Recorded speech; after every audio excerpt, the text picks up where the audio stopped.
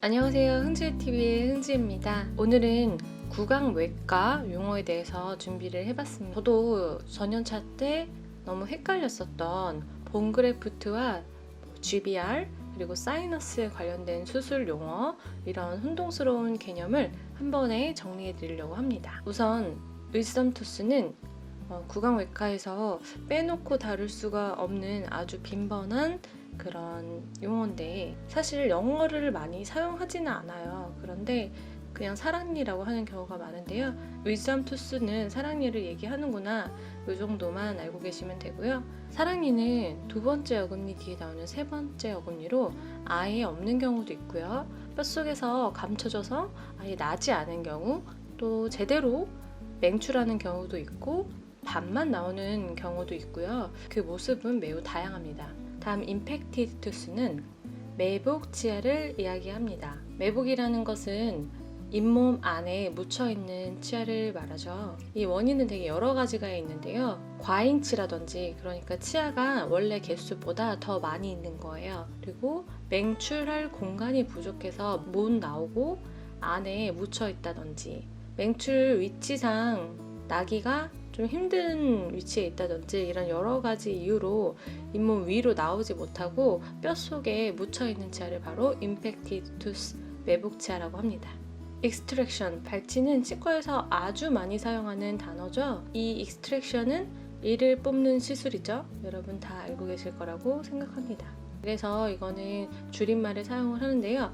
EXT 이렇게 줄여서 많이들 사용하십니다. 치과에서는 단순히 치아를 빼는 거를 EXT를 사용하고요. 수술을 해서 발치를 하는 경우가 있어요. 제대로 난 치아가 아니라 매복되어 있는 치아는 그냥 뺄 수가 없기 때문에 이온 조직을 절개하고, 그리고 그 치아를 뭐 쪼개서 빼낸다든지 이런 수술을 하게 되는데, 이런 걸 바로 서지컬 익스트랙션이라고 불러요. 줄임말로 SURG, 서지컬의 줄임말이죠. 그리고 EXT, 발치의 줄임말, 이렇게 써서 서지컬 발치라고 많이 부르곤 합니다. 수술 발치라는 뜻입니다. 인시전 앤 드레이니지, 이거는 구강 내 소염술이라고 하는데요. 약어로는 IND라고 사용합니다. 이 인시전 앤 드레인이라는 뜻은 절개를 하고 배농을 했다는 뜻이에요. 농양이 생겼는데 고름이 빠지지 못하고 계속 붓고 통증이 있을 때에 그거를 이제 인위적으로 절개를 해가지고 그 안에 있는 농을 빼주는 시술이에요. 쉽게 생각하면 여드름이나 뾰루지 같은 것들 보면 안에 농이 차 있는 거 보이잖아요. 그럴 때 뭐 그냥 두는 경우도 있지만, 좀 심각한 경우에는 병원에 가가지고 그거를 이제 배출해주는 그런 시술을 하잖아요. 치과에도 비슷한 개념으로 보시면 이렇게 크게 생기는 경우가 간혹 있어요. 그래서 이런 경우에는 이런 IND를 해주는데, 그냥 절개만 해놓고 이제 농이 자연스럽게 빠지도록 집에 기가를 시켜드리는 경우도 있고요. 꺼즈나 그 얇은 관 같은 거를 삽입해요. 그래서 그 통로를 통해서 남은 농이 빠져나오길 바라면서 그걸 삽입해두고 기가 시켜드리는 경우도 있습니다. 이걸 바로 구강 내 소염술을 IND라고 합니다. 드레싱은 소독인데요. 병원에서 상당히 많이 사용하죠. 이걸 줄여서 DR 또는 DRS 이렇게 사용합니다. 원장님들마다 다른데요. H22 그리고 셀라인 사용하시는 경우도 있고요. 베타딘을 사용해서 드레싱 해드리는 경우도 있습니다. 그리고 보통 일주일에서 열흘 정도 지나면 스티치 아웃, 실밥을 제거하는데요. 이걸 약어로 SO라고 표기합니다. 말 그대로 봉합해둔 실을 빼내는 시술입니다. 간혹 시술 부위가 좀 아직 덜 아물었거나 하는 경우에는 그냥 당일날 왔을 때 확인을 하고 조금 더 기다렸다가 빼는 경우도 있어요. 에피코엑토미는 치근단 절제술인데요. 약어로는 에피코라고 써요. 뿌리 끝에 치근단주의 농양이나 낭종이 생긴 치아의 치조골 염증 조직을 제거를 하고요. 끝잎 부분을 절단하는 외과적 수술이에요. 보통은 이런 염증이 뿌리 끝에 생겼을 때 그 끝에 이제 세균이 많이 있다라고 얘기를 하기 때문에 그 부분을 잘라내고요. 그 부분에 그 염증으로 인해서 뼈가 녹았거나 여기에도 고름이나 이런 것들이 생길 거잖아요. 그런 조직들을 깨끗하게 제거를 해내는 거예요. 그 다음에 또 재감염이 일어나면 안 되기 때문에 이번에는 이제 뿌리 끝을 직접 보면서 거기 안에 깨끗하게 메꾼 다음에 그 다음에 이제 다시 잇몸을 닫고 나오는 수술이에요. 아무래도 그 치아 밖에서 엔도 치료를 했을 때는 보이지 않는 그 치아 뿌리 끝부분을 치료해야 되니까 어려움이 좀 있겠지만 외과적 수술의 장점은 진짜 뿌리 끝을 보면서 시술하기 때문에 정확성이 더 높겠죠. 다만 환자분들은 아무래도 잇몸을 째고 수술을 해야 되기 때문에 부담감이 좀 있으실 수 있겠지만 정말 치아를 살리기 위한 마지막 치료라고 볼 수 있습니다. 진지백토미는 치은 절제술이에요. 심미적이나 치료적 목적으로 잇몸을 절개하는 술식인데요. 가끔 이제 잇몸이 너무 치아를 많이 덮고 있어서 치아가 되게 짧아 보인다거나 예뻐 보이지 않는 경우가 있어요. 그래서 그런 경우에는 잇몸 위에 덮고 있는 치은을 절제해 주는 것만으로도 치아의 모양이 길어져 보이면서 예쁘게 보일 수 있어요. 이런 경우에 하기도 하고요. 충치가 너무 깊게 생긴 거예요. 잇몸 아래로. 이럴 때는 그 안에 부분까지 본을 떠서 예쁘게 수복을 해야 나중에 그쪽으로 또 2차 충치나 이런 걸 생길 가능성을 낮춰줄 수가 있는데 이게 잇몸으로 이렇게 덮여져 있으면 충치를 제거하기도 어렵고 그 이후에 본을 뜨기도 어렵거든요. 그래서 그런 부분에는 레이저를 사용한다거나 뭐 블레이드로 사용한다거나 해서 치은을 잘라주는 거예요. 이걸 바로 치은 절제술 진지백토미라고 합니다. 잘라내는 것과 반대로 이번에는 이식하는 수술이 있는데요. 프리진지바 그래프트라고 해서 FGG 유리치은 이식술이라고 합니다. 이건 뭐냐면 부착치은이 있고 유리치은이 있잖아요. 그런데 이 부착 조직이 너무 없으면 치아 주변에 연결된 치조 점막이 움직일 때마다 치아 주변을 이제 끌어당겨가지고 그 사이가 자꾸 벌어지게 만드는 경우가 있어요. 이런 경우에는 부착치은이 딱 잡아줘야지 이제 움직일 때마다 거기가 들리는 게 없어지거든요. 그래서 이 부착 조직의 증가를 위해서 어디서 떼우냐면 보통 입천장은 부착 조직이 있거든요. 그러니까 단단한 조직이죠. 이거를 떼어내서 치아 주변에다가 이제 이식을 시켜주는 거예요. 그러면 이제 시간이 지나면 그쪽 조직처럼 인식을 하고 아물게 됩니다. 이제 임플란트에 대해서 좀 설명을 드리려고 하는데요. 임플란트 여러분들 많이 알고 계시죠? 치아가 없는 부위에 브릿지나 틀니를 하지 않고 뼈에 인공 치근을 심어서 그 위에 인공 보철물을 올리는 방법입니다. 겉에서 볼 때는 치아랑 똑같이 생겼지만 구조를 아셔야 되는데요. 먼저 이 뿌리가 있고요. 그 위에 기둥이 있고 크라운이 있어요. 치료 순서는 먼저 뿌리를 뼈에다가 심어요. 이 뼈랑 뿌리랑 충분히 붙으면 그때 이제 힘을 받아도 되겠다는 생각이 들면 본을 떠가지고 이 기둥과 크라운을 만들어요. 그 다음에 그 위에 이제 뚜껑처럼 덮어놨던 헬링 어버트먼트라고 하는데 그걸 빼내고 이 어버트 기둥과 크라운을 씌워주면서 이제 치아랑 비슷하게 보이도록 만들어줍니다. 어떻게 이걸 뺐다가 그리고 풀었다를 하냐면요. 중간에 나사가 있어요. 그래서 이 나사를 잠궜다가 풀었다가 할 수 있는 겁니다. 그래서 이제 나중에라도 이제 문제가 생기면 이렇게 분리를 해가지고 수리할 수 있도록 만든 구조라고 생각하시면 됩니다. 임플란트에서 1차 OP라고 하는 거는 이 뿌리를 식립을 한 다음에 그다음에 위에다가 이제 단축을 달고 봉합을 하고 마무리하는 게 1차 OP고요. 2차 수술이라고 하는 거는 잇몸 바깥에 그 치아가 들어갈 자리를 잇몸이 덮지 않도록 뚜껑 같은 것을 달아주는 거예요. 뼈가 약한 경우에는 이제 외부의 힘이나 이런 이물질 들어가지 말라고 바깥쪽에 아예 노출 안 하고 잇몸 속에 묻어버리는데요. 잇몸뼈 괜찮고 상태가 괜찮으면은 그 1, 2차 수술을 한 번에 해요. 그래서 잇몸 바깥으로 이렇게 동그란 단축구멍이 보이도록 그렇게 1, 2차 수술을 같이 하기도 합니다. 이 임플란트의 장점은 빠진 부분에만 인공적으로 보철물을 만들어 넣을 수 있다는 건데요. 그 인접 치아는 손상을 주지 않는 아주 좋은 방법이죠. 현재 성공률은 98%에 달하고 있고요. 전체 치료 기간도 점점 짧아지는 추세입니다. 현재는 상태에 따라 좀 다르지만 2개월에서 6개월 정도 걸리고요. 신고 나서 바로 기능을 하는 즉시 식립 임플란트도 있기는 한데요. 이거는 뼈의 상태에 따라서 가능한 경우도 있고 가능하지 않은 경우도 있습니다. 여러분들 임상에서 내비게이션 임플란트라는 얘기 들어보셨을 거예요. 이거는 뭐냐면요. 임플란트 수술 전에요. 본을 뜨거나 아니면 3D 스캐너로 스캔을 뜨거나 그리고 3D 엑스레이, 파노라마 이런 것들을 통해서 직접 외과적으로 절개를 해서 보면서 수술을 할 때 아는 것이 아니라 미리 어디다 심을지 위치를 측정해요. 그 다음에 그 심을 위치에 맞춰서 가이드를 만들어 놓고 그거를 구강 내에 장착을 시킨 다음에 그 위치 그대로 드릴링을 하면서 들어가는 방법이에요. 그래서 이걸 우리가 내비게이션이랑 비슷하다, 길을 알려준다 이런 의미에서 이제 네이밍을 내비게이션이라고 하신 거죠. 그래서 내비게이션 임플란트는 가이드를 사용한 임플란트 수술법이다 라고 알고 계시면 되고요.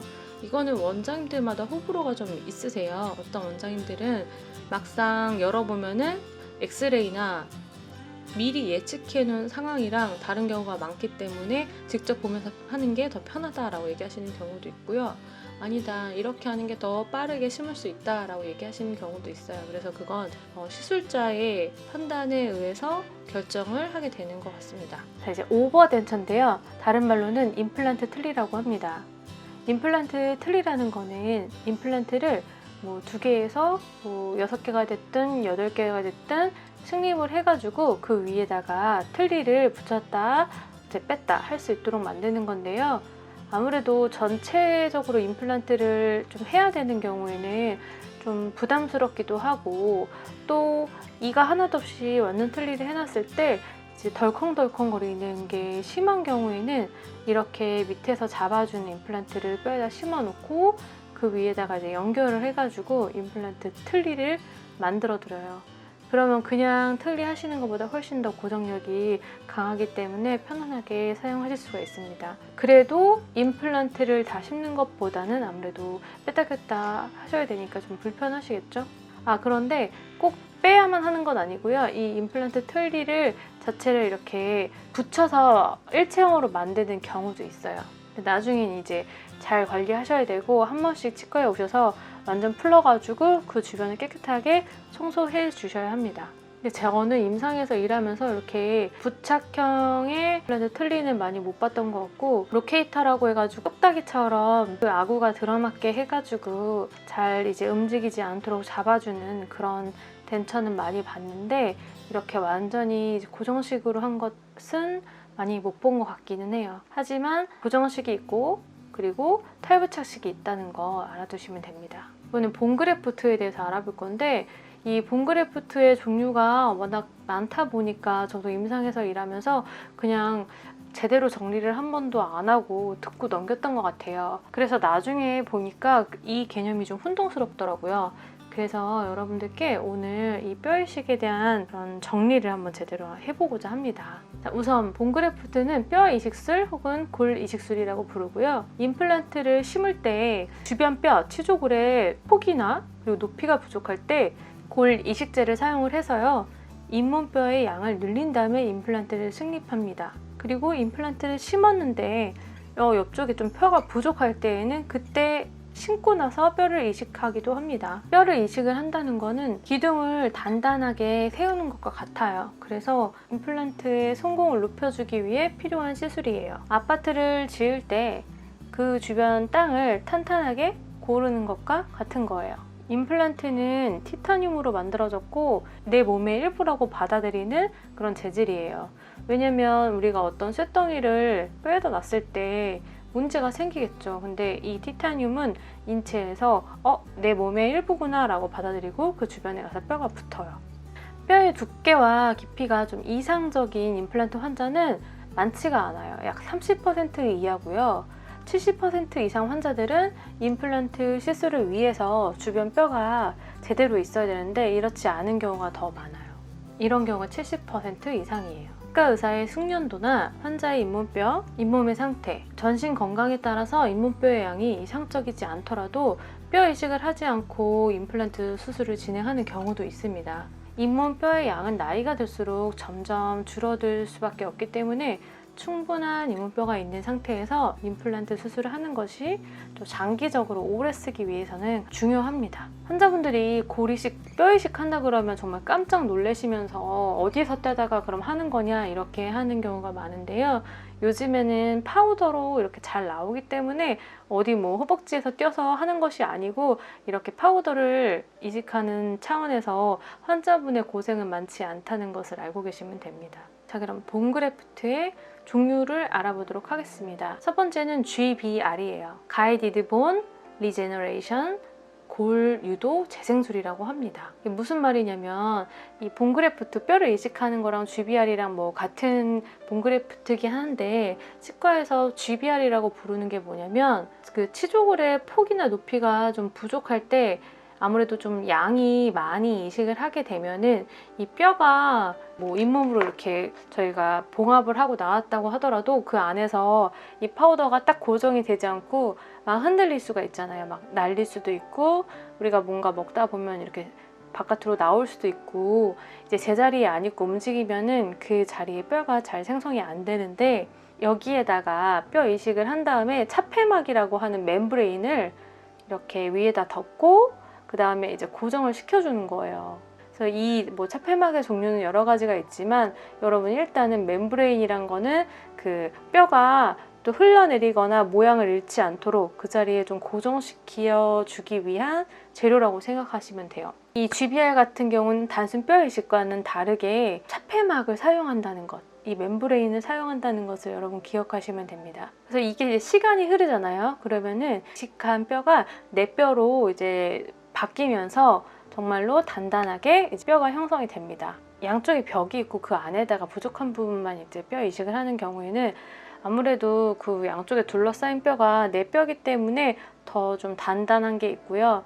이렇게 숟가락으로 파먹듯이 쭉 파인 경우에는 벽이 없이 인공뼈로 해가지고 나중에 뼈가 차겠지만 그래도 그렇게 추후에 뼈가 생기는 거는 내 뼈에 벽이 있는 것보다는 아무래도 좀 약하다고 할 수 있겠죠. 그래서 이제 뼈가 더 소실되기 전에 미리 발치를 하고 거기다 임플란트를 하는 경우도 있는데 그것도 뭐 내 치아를 살린다고 하면은 못 빼겠지만 추후에 임플란트를 더 오래 쓰게 하기 위한 방법으로는 또 하나의 좋은 방법이 될 수가 있어요. 그래서 이거는 이제 담당 의사분이랑 얘기를 해보시면 좋을 것 같아요. 다음 상악동 거상술인데요. 상악동이란 게 뭐냐면요. 코와 연결된 위턱뼈, 그러니까 광대뼈 쪽에 이제 엑스레이 찍어보시면은 까맣게 비어있는 공간이 보여요. 거기가 이제 콧구멍 안에 이제 큰 동 공간인데요. 이걸 바로 상악동이라고 해요. 이게 부비동의 일종이고요. 그 속이 비어있고 점막으로 둘러싸여 있어요. 그러니까 주머니 빈 공간에 이제 주머니가 있고 풍선처럼 점막으로 둘러싸여 있는 거예요. 이게 하는 역할은 머리 무게도 줄여주고요. 호흡을 통해서 공기 중에 노폐물과 먼지를 좀 걸러주고요. 소리의 공명을 만들어내는 역할을 합니다. 그렇다면 이 상악동 거상술이란 무엇일까요?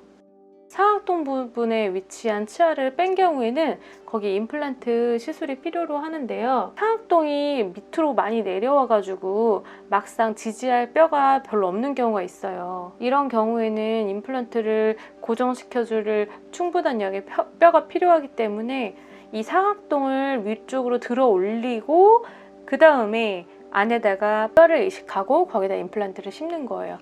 이런 걸 바로 이제 상악동 거상술이랑 골 이식술이 이제 들어간 거죠. 상악동 거상하면서 뼈 이식했다는 소리고요. 사이너스 리프트, 사이너스 엘리베이션 모두 상악동을 들어 올리는 술식을 얘기를 해요. 상악동 거상술의 방법이 크게 두 가지가 있는데 첫 번째는 이제 아래에서 이렇게 구멍을 통해서 위로 들어 올리는 거예요. 이걸 바로 크레스탈 어프로치 치조정 접근법이라고 하는데요.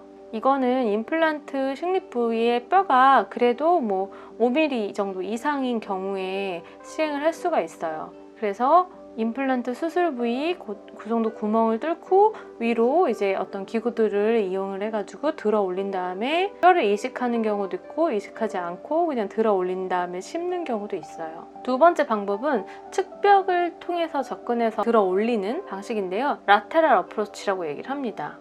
이 경우는 잔존 뼈, 남은 뼈의 양이 5mm 미만인 경우에 시행을 하고요.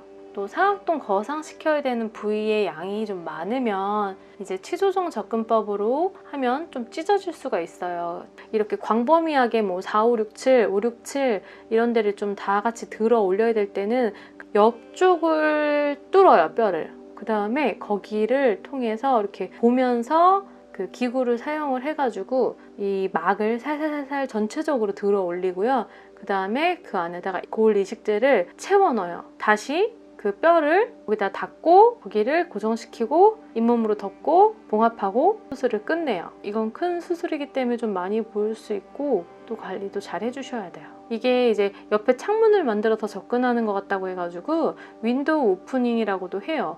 그러니까 라테랄 어프로치랑 윈도우 오프닝이랑 같은 말이에요. 마지막으로 리치 스프린트라는 개념이 있는데요.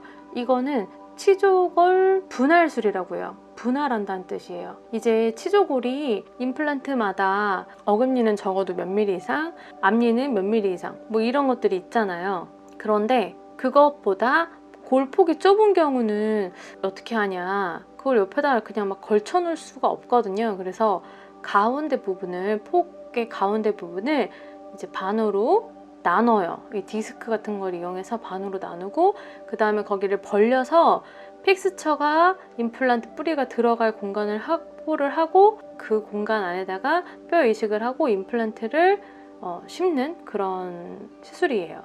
뭐 이것도 이제 하시는 원장님도 계시고 못 하시는 경우도 계셨던 것 같아요. 오늘 이렇게 해서 구강외과에 관련된 용어를 알아봤는데요. 여러분들 이거 보시고 혹시라도 이해 안 가시거나 궁금한 거 있으시면 밑에다 댓글 달아주세요. 제가 이게 잘 정리된 거 내용을 블로그에도 올려놨으니까요. 블로그 보시면서 한 번 더 개념 정리하시면 좋겠습니다. 흥지의 TV 찾아와 주셔서 너무 감사하고요. 오늘도 여러분 다들 수고하셨습니다. 다음에 또 뵙겠습니다.